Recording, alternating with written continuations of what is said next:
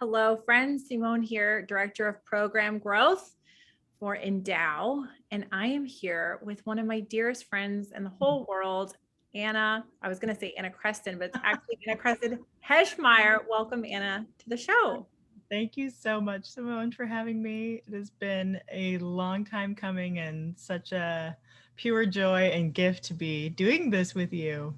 Yes, I'm so happy we finally get to do this. And actually, the document that we're going to talk about today is Salvifici Doloris on the Christian meaning of suffering by Pope St. John Paul II. And a little bit of background here.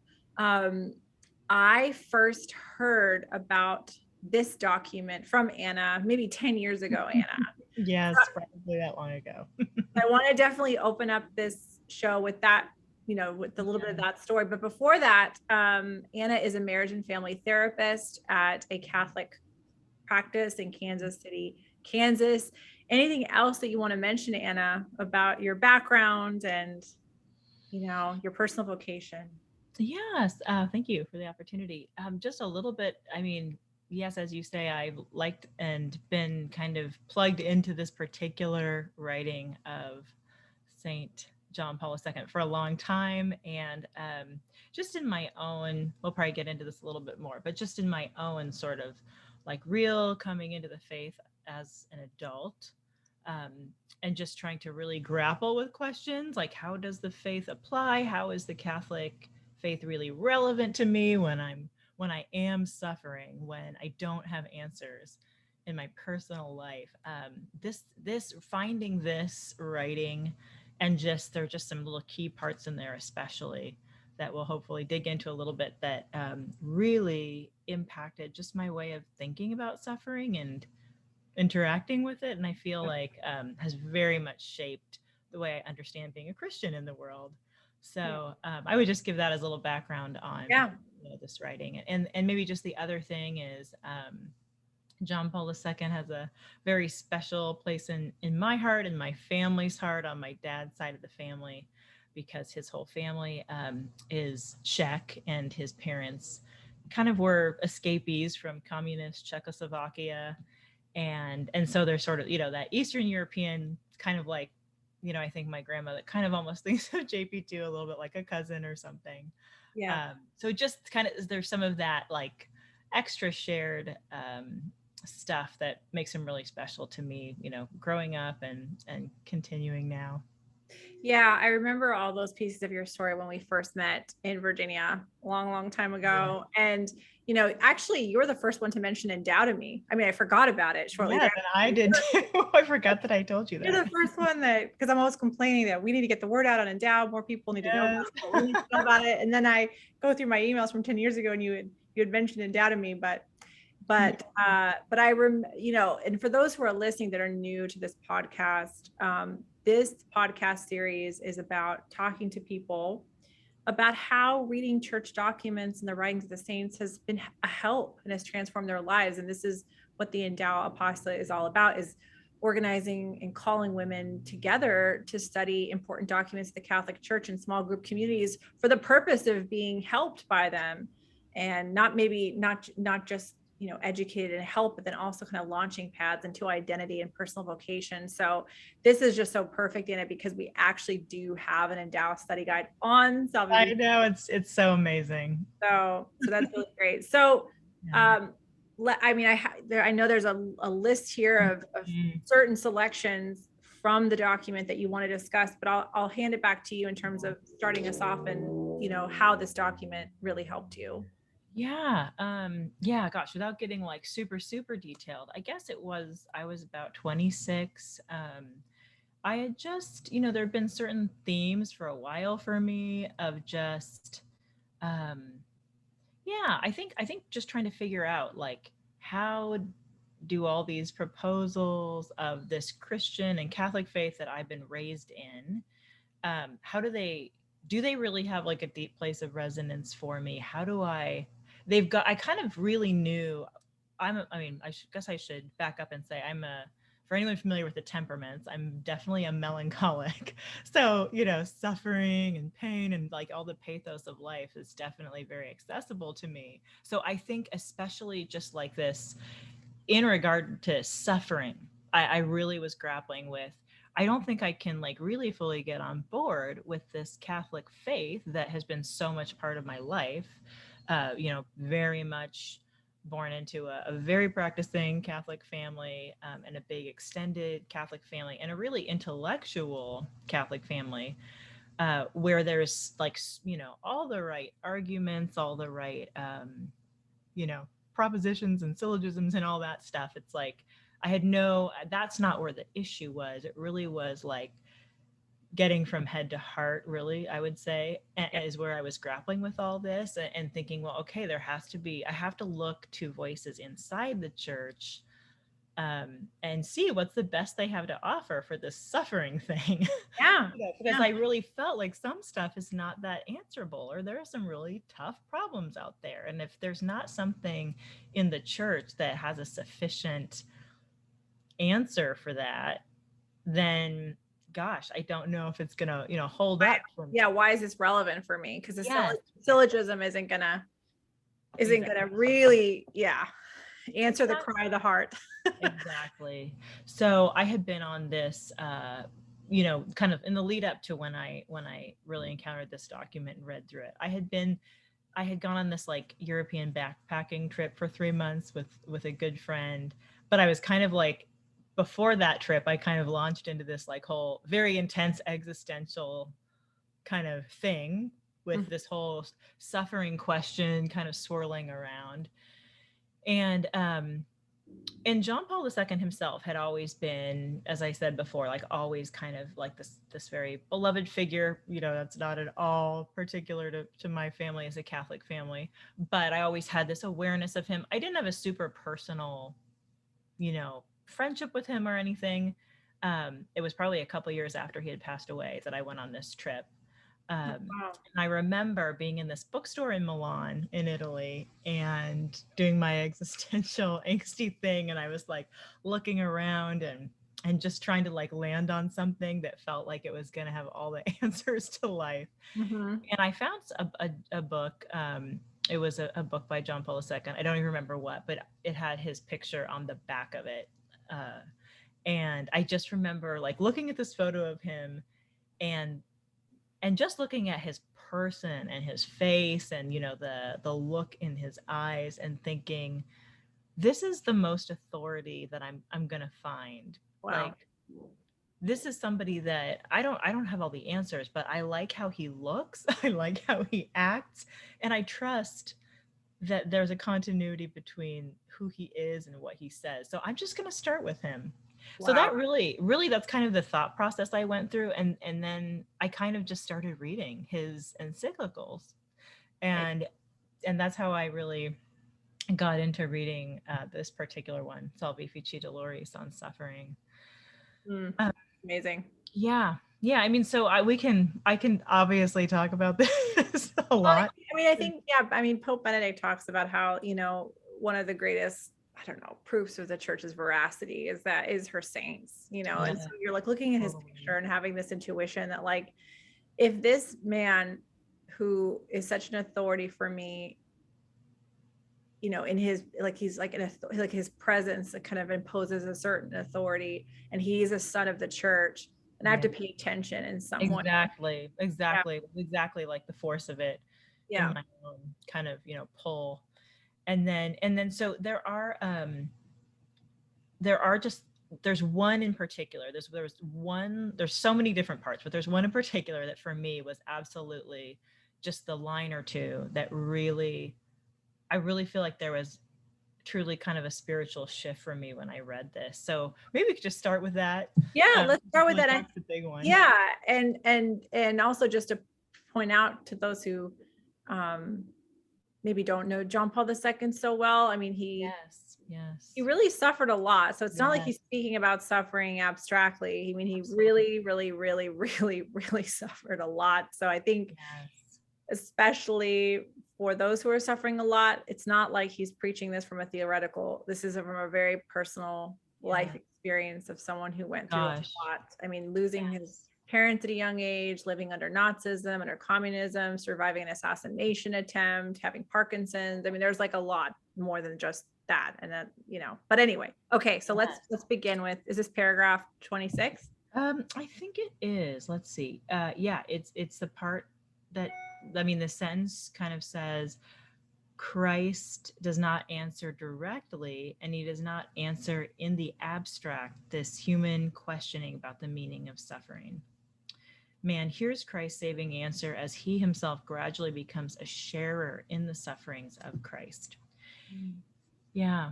And so what was so, I think, forceful for me about that, partly just my own particular, like where I was, what I'd already kind of struggled through when I came upon this, it's kind of like the stars really aligned.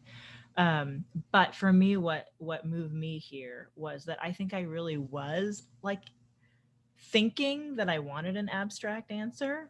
Like if I just understood this, then like I could deal with it. If I just knew why I was suffering, then it would be fine. And there is a place for understanding. I mean, that can be part of what's hard about suffering, if things just feel like a complete mystery, or they obviously, or if they feel meaningless. But I guess maybe that's really what it showed me, is that I don't have to understand it perfectly for it to have meaning. And the way that it has meaning is actually by me living this, not by me sitting in adoration, like demanding answers from God, Right. Yeah. And we don't get to know the quote unquote, like big why until like the capital Y. Yeah. Capital Y, like all the different, what St. Paul says about what we see veiled now will be like totally revealed. But so what was I mean, to make it a kind of sub point on yours, as you know, my sister is also a marriage therapist, and I always just I want the why, right? Like we all do. But the why isn't actually what leads to healing. Like you can actually heal without the why, but you can't heal abstractly.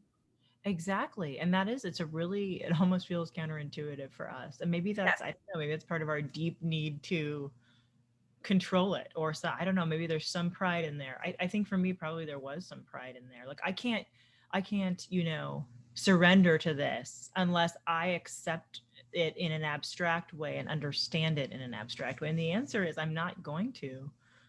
I'm not going to understand all of this in an abstract way. But that sharing in, like, there's a gradual revelation of the person themselves. I think there's some other lines in there, maybe towards the end of the encyclical, where he quotes that really famous Gaudium et Spes line about, Christ reveals man to himself. And he says, and nowhere more, completely and deeply than in this area of suffering.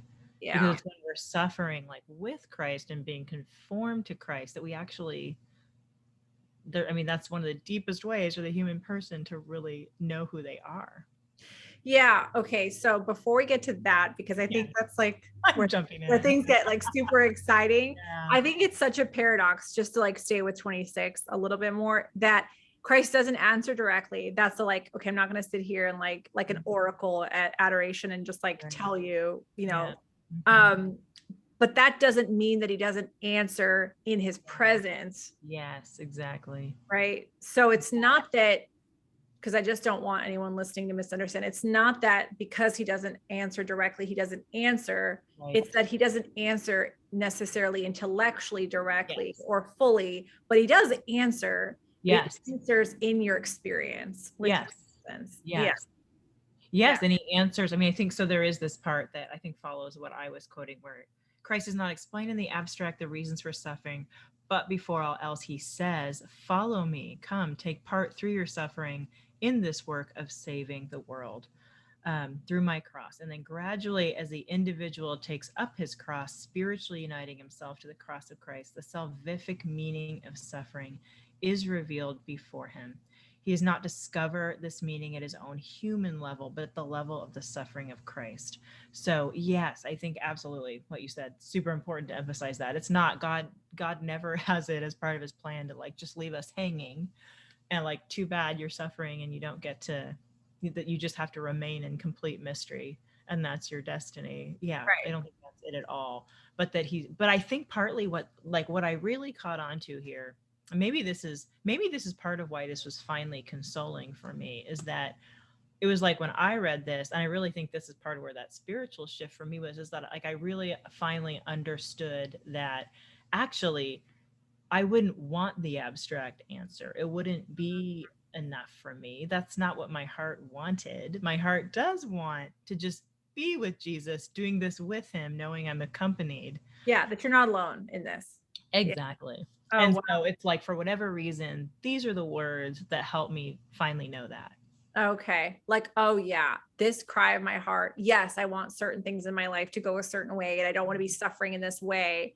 Yes. But the answer is his presence, and that Yes. I'm not abandoned by him. Yeah. And that's something that he does promise. So that what you read was brilliant. Do you have that paragraph number? Do you happen to have it? I think that is maybe 27. I think it's just, or maybe it's still 26. So I started with that one, like Christ does not answer in Got the it. abstract, and then I think it's just the next paragraph right after that is where I was reading the, above all, Christ issues a call, a vocation. He does not explain in the abstract the reasons, but says like, "Follow me, come, share this with me."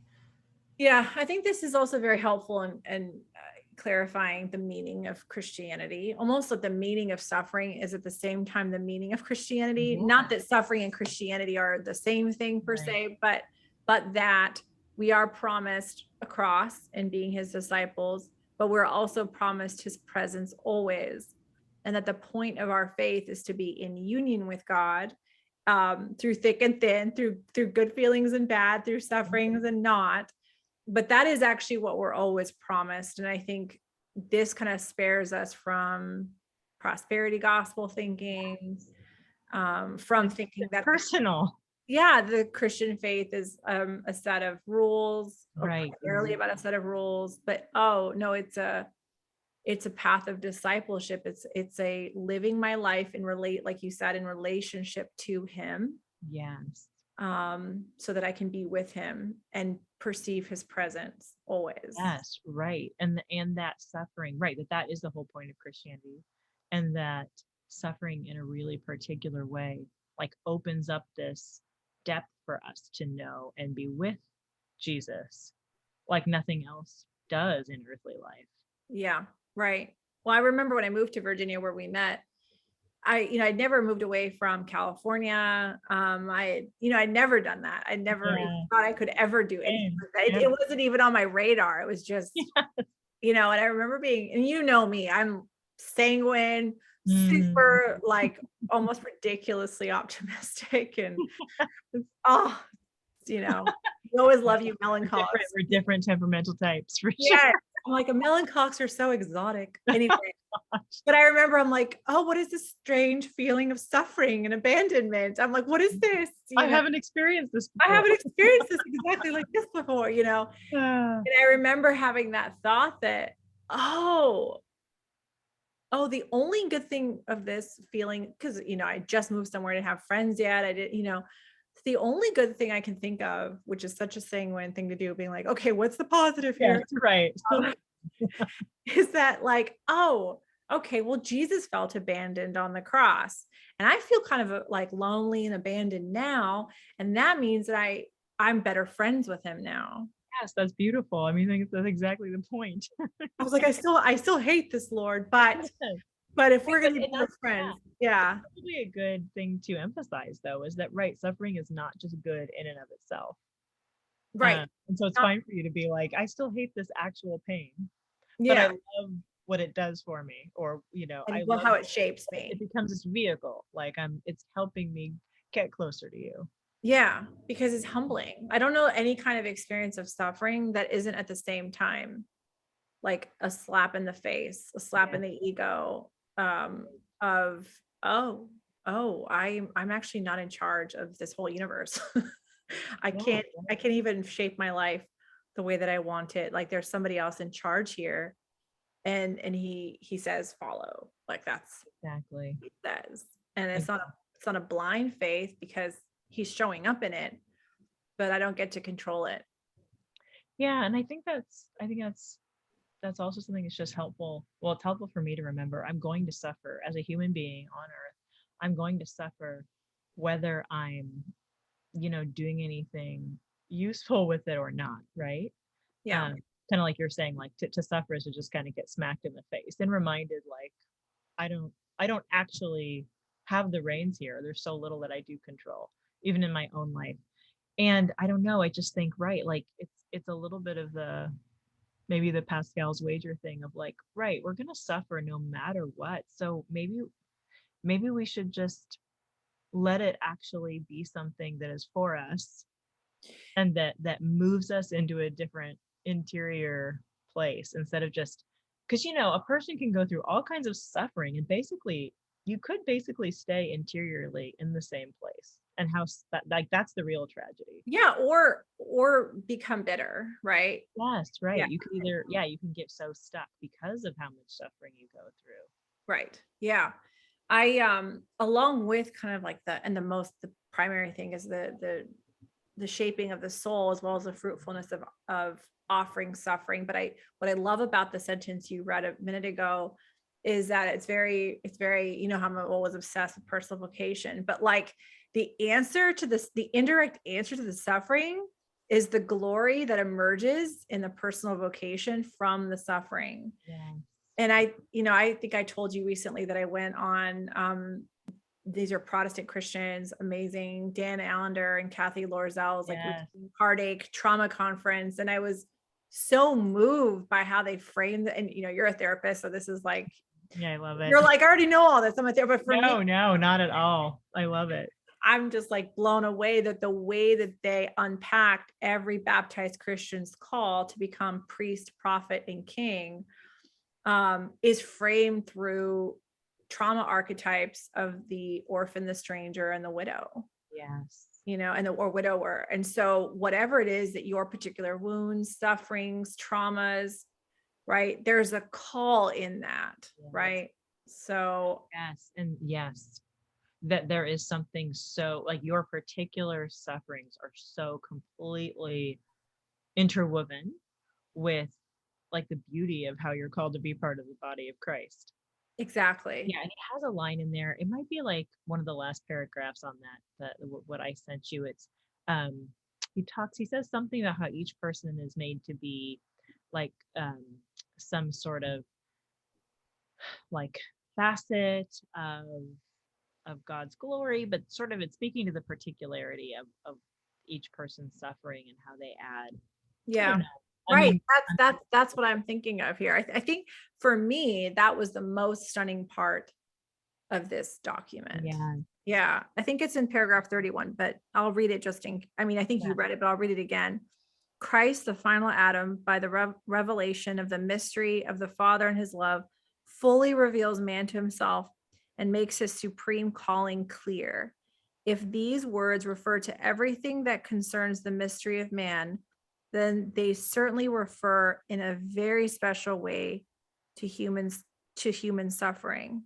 yeah, Precisely at this point, the revealing of man to himself and making his supreme vocation clear is particularly indispensable. that's the word I was missing. That's it. Yeah. Yeah, It also happens, as experience proves, that this can be particularly dramatic. Yes. But when it is completely accomplished and becomes the light of human life, it is particularly blessed. yeah. Through Christ and in Christ, the riddles of sorrow and death grow meaningful. I'm so glad you included this paragraph because this is the one that really was Yeah. life-changing for me. Like this is the meat. This is where, right? It's almost like he sets this whole thing up, and that's kind of like, I don't know, it's getting more. That just feels like that's like the crescendo of this whole writing. Yeah, okay, I'm always on my rants, but one of my rants is that Catholics are so heroically virtuous when it comes to suffering. Like, I'm going to offer it up and this and that. And almost to the point where sometimes it's what my friends Jim and John at Catholic Revival Ministry say is like a love affair with suffering. They have a really, really great blog on that, by the way. Like, what suffering do we embrace? Yes, I love that one. I know what you're talking about. You know what I'm talking? Yeah. Totally. Yeah. And what sufferings do I need to like passionately like pursue healing of, right? And so they go through all And those. part of that is the whole, like, I need to disappear, which of course in a certain way is part of the Christian call. Yeah. But I think it gets misunderstood what that really means. Yeah. But what I'd like to see more of is discussions like this. So, I mean, we have to kind of go through the process of like Right. healing from suffering, not to like, it's annoying when you're suffering and someone just goes, well, don't worry about it. Jesus has it all figured out, but sure. Yeah. But I have to kind of go through that process. But at the end of it, to be able to accompany each other in what this experience of suffering that you're going through, what has it said? How has God shown up in it? How have you changed in it?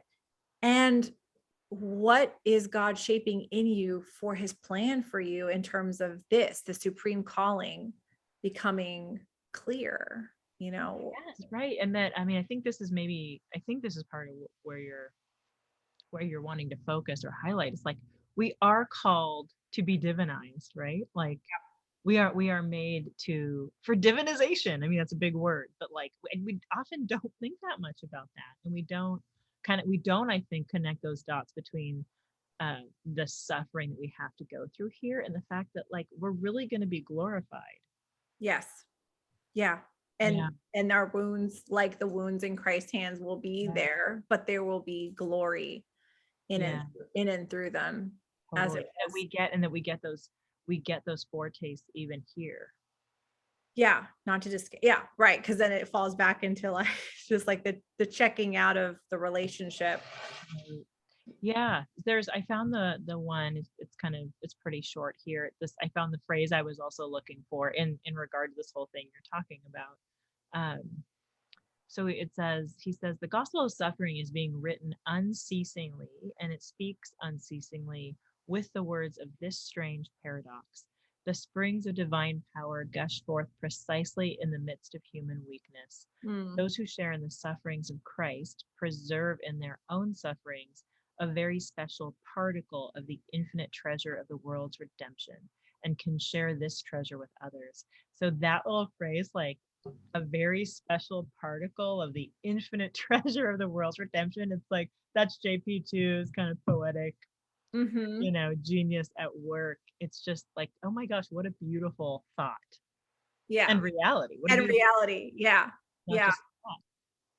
Yeah. I think that's a I sign of, just think of this like shimmering particle. Like, that's not what it feels like when you're going through something really difficult, but that is the true unseen reality to our, like, very messy, like, tedious, sometimes awful human suffering. right. Right. Exactly. So before because I want to kind of wrap this podcast up with how because we talked about how, or certain parts of this document that like where that real shift happened for you. So I want to hear not the end of the story, because your story's still happening, but Yes. how did you change after reading it? When did you know that shift had happened?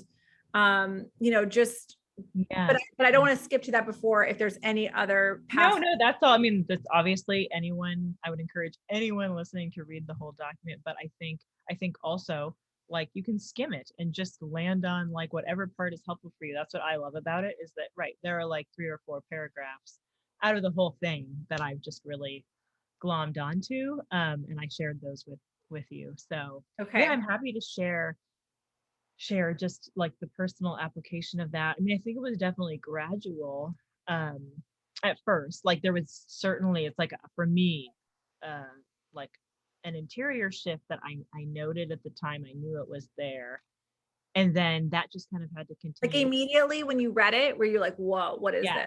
Okay. Yes, for me it was like a dramatic, in the moment, like a deep reverberation, like conviction. It really felt like a spiritual experience, honestly. It felt like that was God finally, he was answering me. Yeah. And this writing was how that happened. And so I really took that in and just kind of, pondered that in my melancholic way for a while. And I was, at the time that I read that, I was still kind of like under all the circumstances that I felt were really oppressing me, but I started to relate to them differently. Mm. It's a little bit like that, but there was definitely, or more, something I heard recently. It's not so much like this. It's like you're going up, you're on an upward trend, and then there's dips along the way, but you're Yeah. going upward. It's still going up. Yeah. Yeah. So I think it was more like that. But definitely, yeah, I guess I would say I just began to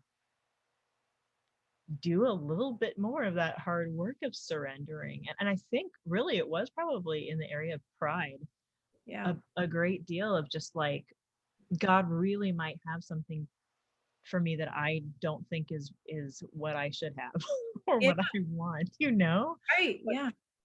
Kind of like I do feel like I know better, but I'm going, it was like very hard intentional work of surrendering the will, because Right. it didn't feel like this cannot be what God has planned for me. And in fact it wasn't, but I needed to go through Yeah. that kind of releasing of all the idols that I think I was really grabbing onto, or I needed to grow in that area. It's not like I just fully released them all and perfectly, but there needed to be some big steps in that area, I would say. Purging of Yeah, and then idolatry. really Yeah. there was another, this is just kind of, I would just say this is probably the other big one I would mention that was in this whole same kind of era for me. That there was another big shift, and it was definitely tied to having read this and started on that path of more intentionally like trying to just enter and follow. um it was like a very dramatic like New Year's Eve. Every New Year's Eve has been for me, maybe until recent years. But just the whole, taking stock of the year, feeling depressed about all the things that maybe did or didn't happen. And then I remember, yeah, it had just been a really hard year. And I just remember going to adoration and looking at the little book people had like written their thank yous about, what they were grateful for over the past year. And I really just had this moment of feeling like I just don't know what I can honestly Put like down. say thank you for. There's nothing right now that I just actually feel grateful for. Yeah. Even if I've had blessings and whatever. I was just, emotionally not in a place of gratitude at all. Totally. But I just remember thinking like this is a really important moment for me to will myself towards gratitude to God. Like because I do actually know that He is with me, and that is enough. So I think that is just maybe an example of me like trying to press into that shift of like God is here. I do know that, and I can say thank you for that, even if I can't say thank you for any of my circumstances, any of the particulars. None of that feels authentic to say thank you for right now, but I can say, so I just wrote down, thank you for loving me this year. Wow. And that was another complete, it was like, there was for me, a very tangible, like, I've gotten over some kind of hurdle. Yeah. By willing the Yeah, good in that moment. exactly. Oh my gosh. It's never been like that since. Oh my gosh. I did not know. Did I know this story? I don't think I No, know. I don't know if I ever shared that with you. Yeah. That's Definitely not unintentional. I mean, not oh, intentional. yeah. Yeah. But yeah, well, maybe it was meant to be saved for this podcast. A spontaneous moment, everyone. I mean, that's like, but I think that's such an incredible demonstration of the grace that just unleashes when you make that choice. When you make that choice for God, it's like praising Him when praising Him is the last thing we feel like exactly. doing. Powerful. We've talked about this. I love David Clayton's The Vision for You mentorship process for discerning personal vocation. There's a podcast episode on this for anyone who wants to check it out. But one of the spiritual exercises of that is to write a gratitude list. And I remember when I started it, a daily gratitude list, I mean, hard. I just didn't want to say thank you for things that so many millions of people around the world don't have, like food, shelter, safety. I was like, oh, aren't I kind of, and this is not what I would assent to intellectually or believe, but there was that emotional part of me that was like, well, aren't I entitled to this anyway? Right. And it's such a horrifying thing to admit that that's emotionally where I was. But I similarly to you forced myself to write that gratitude list, and I didn't start to feel great. not that I wasn't grateful, but the feeling of gratitude didn't happen for months. And when it did, I was like, wow. First of all, wow, how have you been so ungrateful? But but second, just incredible, you know, good shame, not bad shame Yes, of yes. like, how could you be so, how could God be so generous to you Yes. when you're so undeserving? That, like you said, like that pure unleashing of grace. There's nothing better than just being like smacked with the reality of how good God has been to you, despite you. Yeah, exactly. And Yeah. then seeing, not of course the big things like food, shelter, all that, but then seeing all the details, like if he has the hairs of our head counted, then there's all these like details and specific ways in which he cares for us every day that I was honestly just spiritually blinded to Yeah. because of that purging that needed, that lack of gratitude that Right. needed. Yeah. And I think we really do. I mean, I for sure. It's like it's almost like this veil or this block, this, right, like this lens of just seeing what's lacking. And Yes. in our human fallenness, just so easy to kind of fixate to where, like you're saying, it's like a spiritual blindness. Like Yeah. we're actually not seeing sometimes Right. what's right in front of us, and how much goodness there is right there. Exactly. Well, thank you so much Oh, for thank the you so much. It conversation. was such a delight and joy to do Yes. this with you today. And I really hope that everyone can, again, you can just find this document by going to vatican.va.com and it's there, it's for free. But for those who are listening that want to join a small group community studying this document, please check out our website. There's a form on there that's like, I want to join a group form you can fill out. If you want to start a group, even if you want to do this by yourself or even with a friend, just one-on-one, or maybe accompany somebody who's maybe use this as a tool on how to accompany someone. Because I love how John Paul II in this document says this is our shared reflection. He doesn't say like, oh, here I am going to preach to you. Yep. He has every right to, but he understands that this is an open question, right? This hasn't been solved. The mystery of suffering is not Yes, totally an invitation to like, let's grapple with this together. together. Yeah. So please feel free to reach out to me or anyone in Endow in terms of starting this small group if you so desire. Thank you again, my friend. Thank you so much. God bless you. Bye.